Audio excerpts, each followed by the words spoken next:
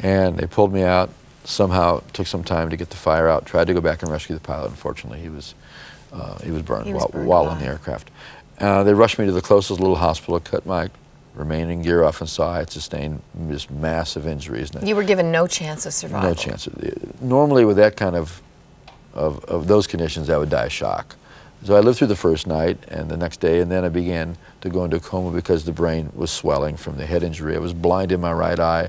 My face was torn open. I had massive burns over 50% of my body.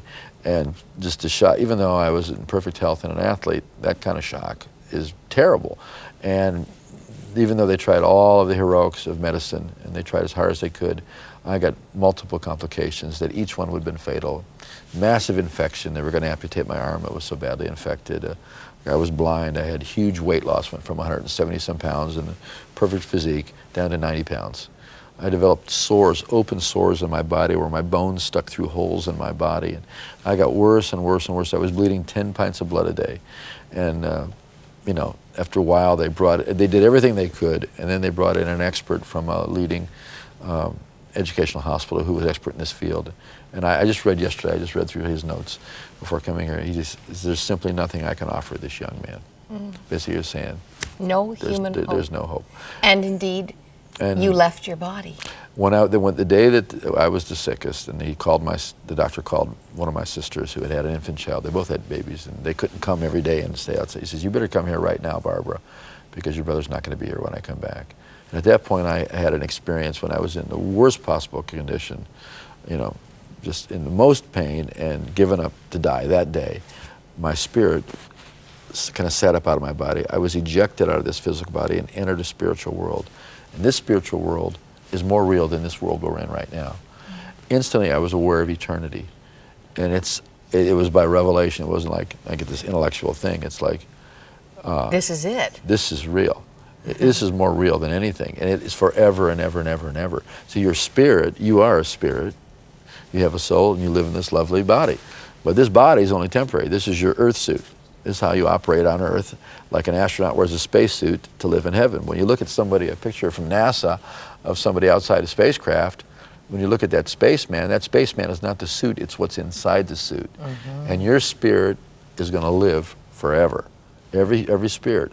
And it's depending where and when and what you do on this earth is going to determine where you're going to be forever. What did you see? Everything was bright. The colors were incredible, the feelings were intense, and then I felt something, and I saw this white burning light, brighter than you just had a lot of snow this winter. So on the brightest day, the whitest snow, this was 1,000 times whiter and 1,000 times brighter. It was like a hole in the distance that I was being drawn to, and I felt something on my right, and it was this blackness closing, and it began to eclipse this white light, and I knew this blackness was eternal. It was empty. It was a bottomless pit that had no bottom. And if I would be swallowed up by that, I'd be gone forever, no negotiations.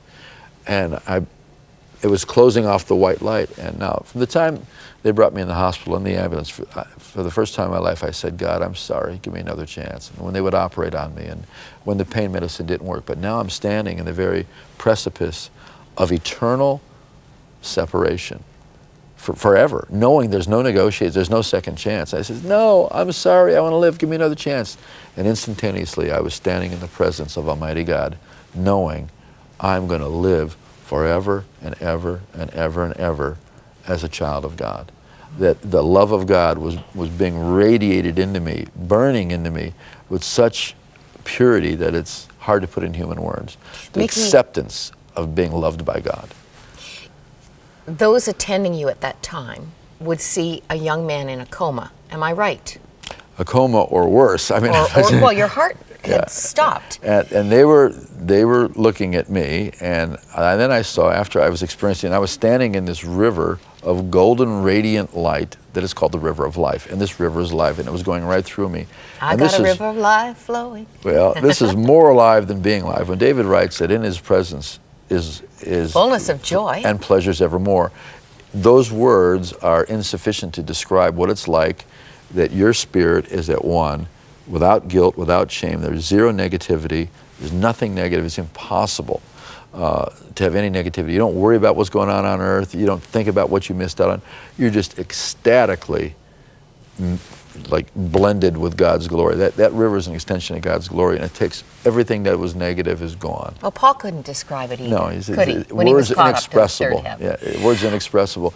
And then I saw about a 7-year vision, a vision that was going to be every second for the next 7 years on earth. I saw my wife 5 years before we met, saw the first house we were going to live in. I could smell the flowers outside the house for 7 years, and then the Lord spoke to me not in words like you and I are talking, but in a higher form of communication. Pure spirit, without logic or reasoning, pure revelation that I was going back to the earth. Now, believe it or not, I didn't want to go. I believe you. And if anybody's having a prayer meeting, don't put my name on the list, because I'm doing really great where I'm at. But when God speaks, it happens, and it's for a purpose. And in the same way I had left, I came back down through the third heaven, through the second heaven, through the earth's atmosphere, through the roof, and I settled in my physical body, and I came alive, awake, much to the shock of about a half a dozen doctors and nurses, and I was full of something I had never known before. It is a peace that passes such understanding. Like, how could someone whose body is completely trashed, I'm blind, I'm paralyzed, I have no hope, I have no future, how could I have peace? Now the pain returned that you had escaped in this time. Yeah, but it didn't even matter to me at that point. The peace was bigger. It was bigger than that. And the doctors, and I had the ability to discern what was going on in all these doctors and nurses, and scared the cheese out of them. And they were terrified. Here's this guy, he checks out, he comes back, and I'm coming back praising God in this strange unknown language, and I'm happy, and they're looking at me like, how do I get the bleep out of here? He was dead. I felt bad for them, that they felt bad. Now, how do you explain that psychologically? A person because even though you're really dying physically, well, I was probably the healthiest great. I ever was. I have no natural ability to be happy, but I had just, but see, inside me now was that river, and inside me now was the God whose love I was experiencing, and inside me now was a future and a hope, and that's